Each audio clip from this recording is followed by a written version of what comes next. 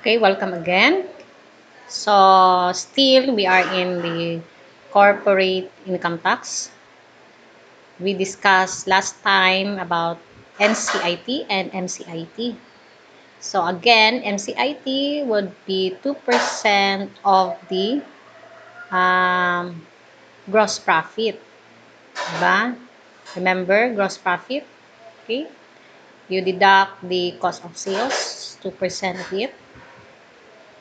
And then compare it to the normal corporate income tax. If the MCIT is greater, you will use the MCIT.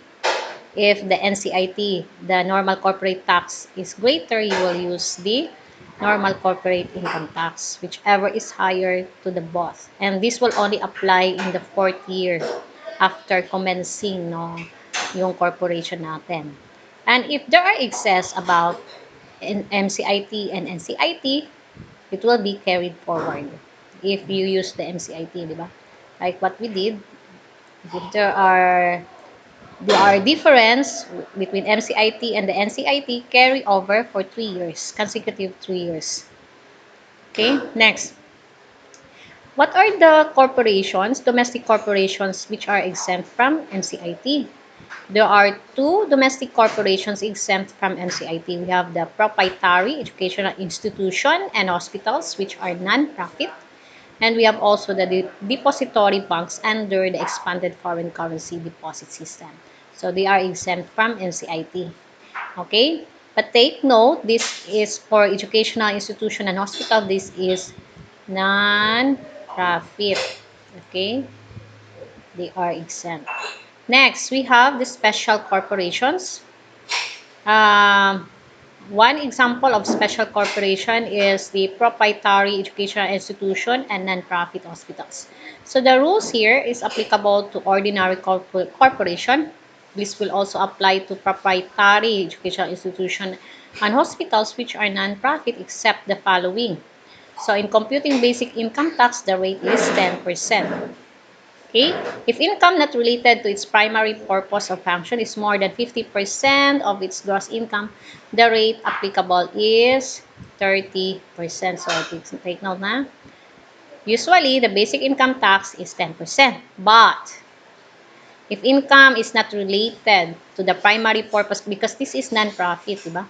And then more than 50% of its gross income, so kung lampas na within more than 50%, their applicable rate is already 30%. And take note, this is not subject to MCIT. And then we have expenditures for expansion of school facilities may not be capitalized, but instead claimed as outright expense, which is very good naman. Kasi ma-lessen na yung income tax natin. Okay, let's have the illustration.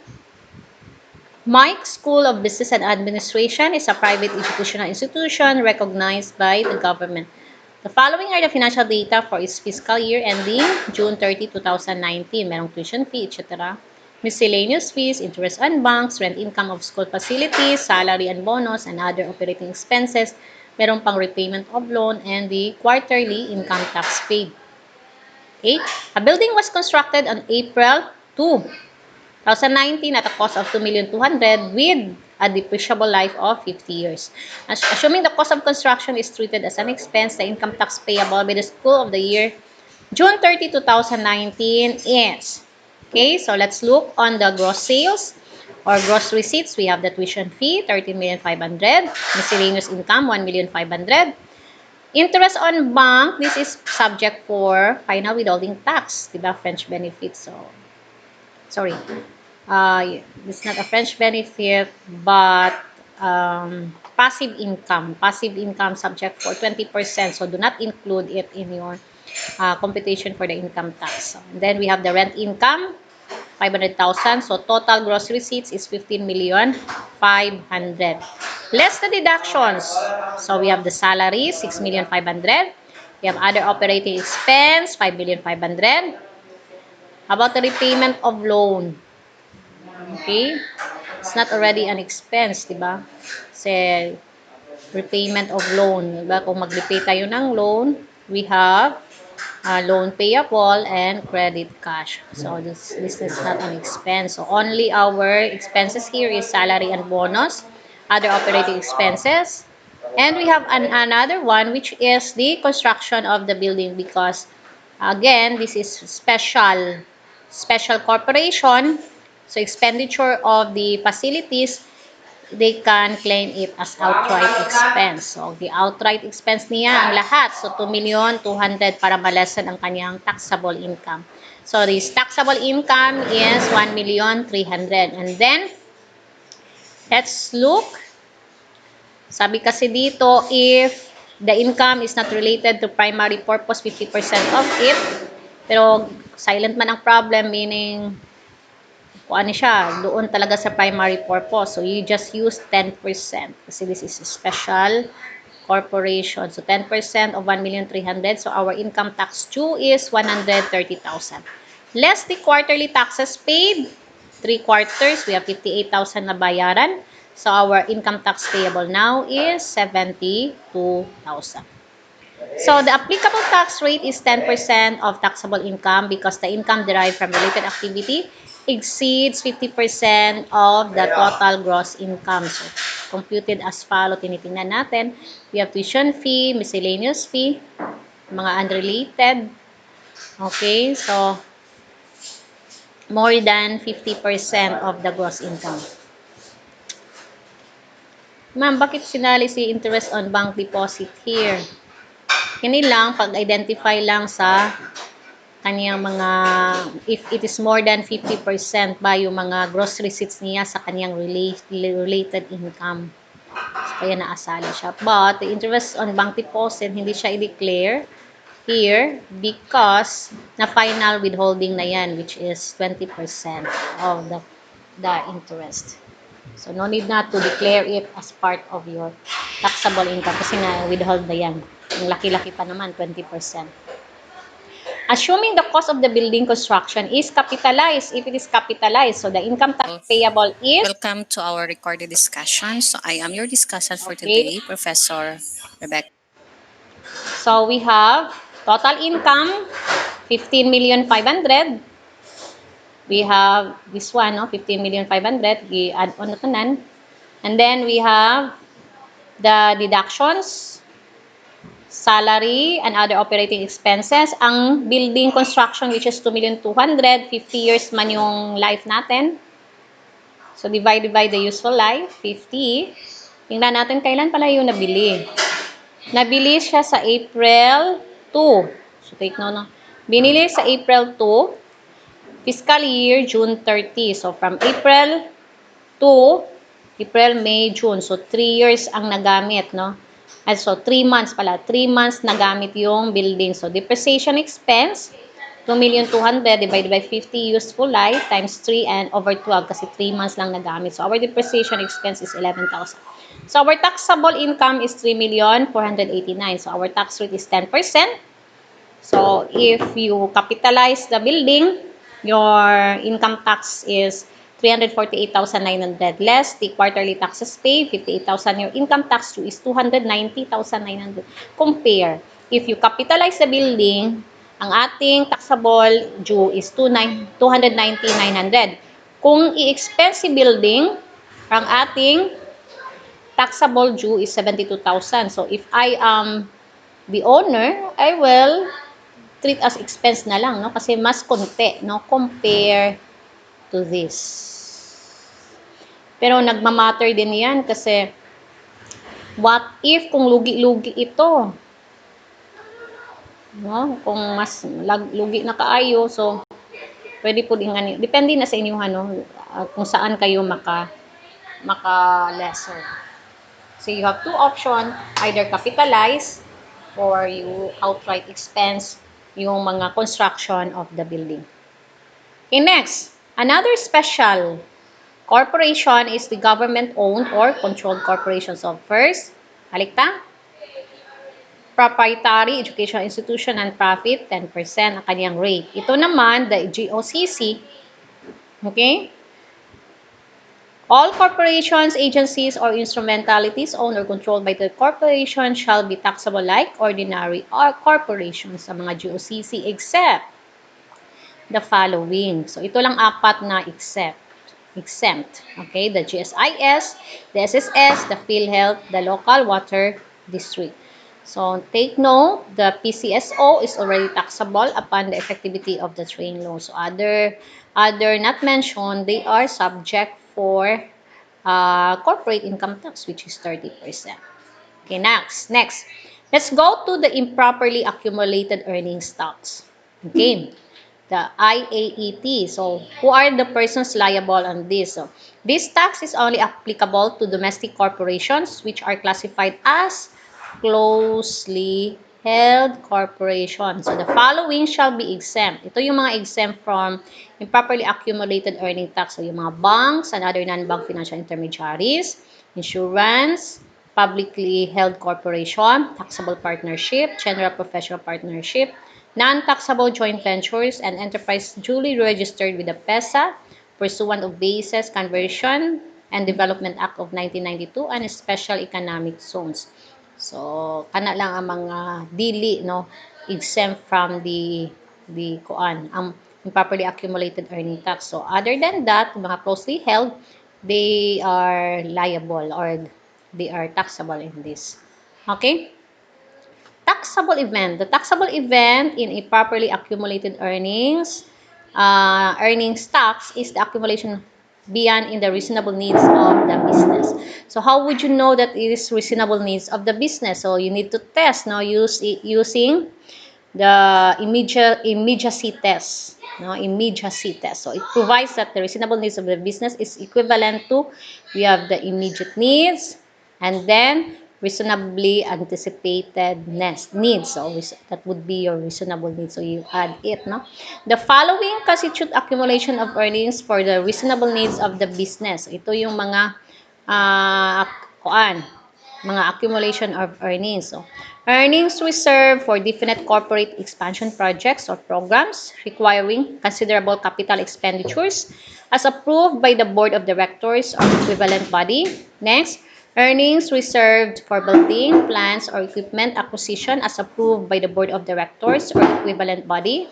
Next, earnings reserved for compliance with any loan, covenant, or pre-existing obligation established under a legitimate business agreement.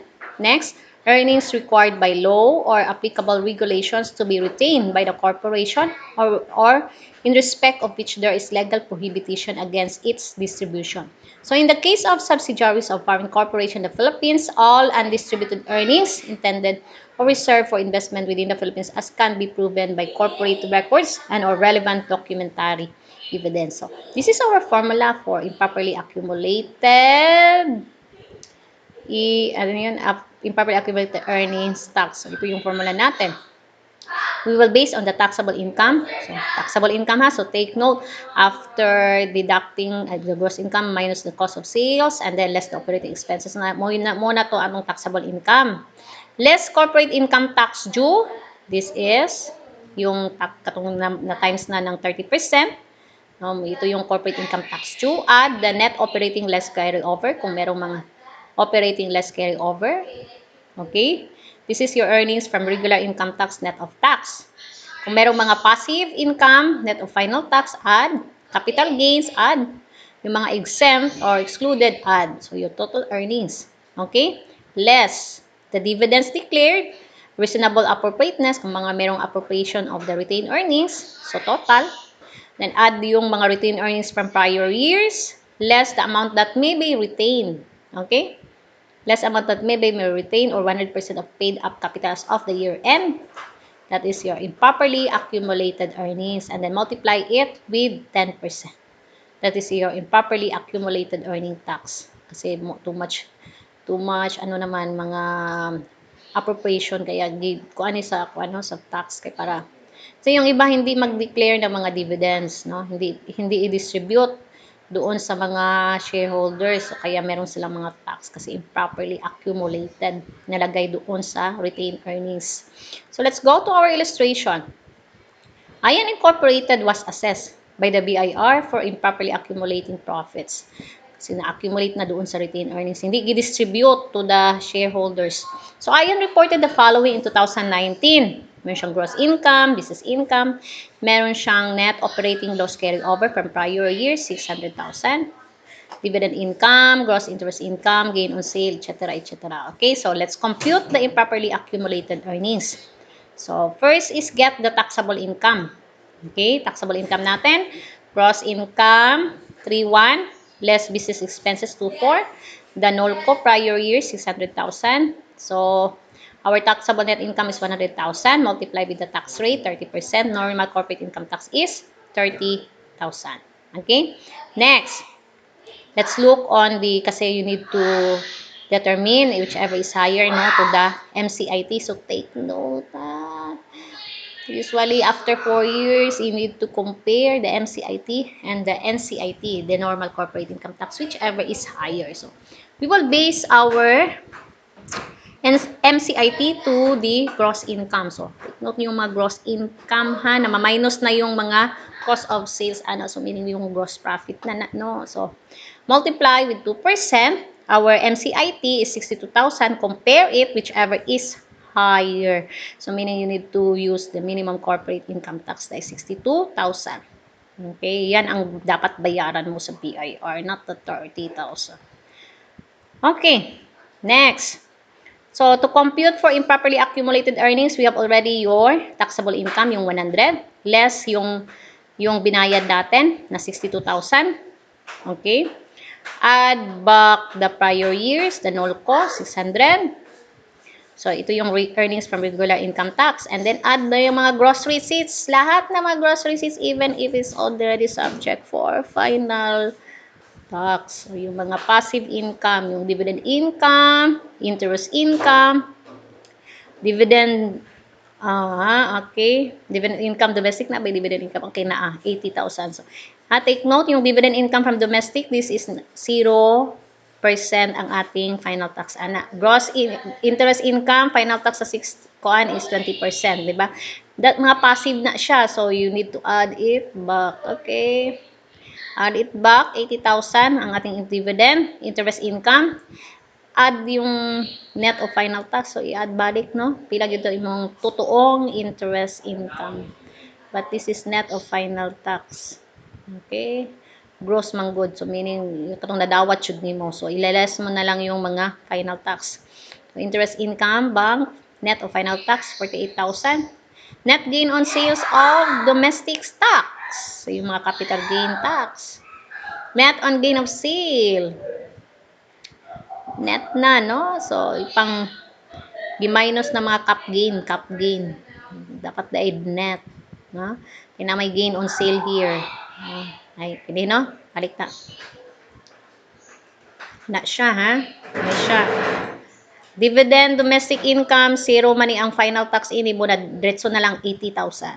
Ang gross interest income bank na aman ni siya ay final tax na 20%. So, less daan na, mo ni siya 80%, no? Or 60,000, i-minus mo pa yung final tax or just multiply 80% kasi 20% man yung final tax. Next, get net gain on sale of domestic gain on sale, directly buyer, 300.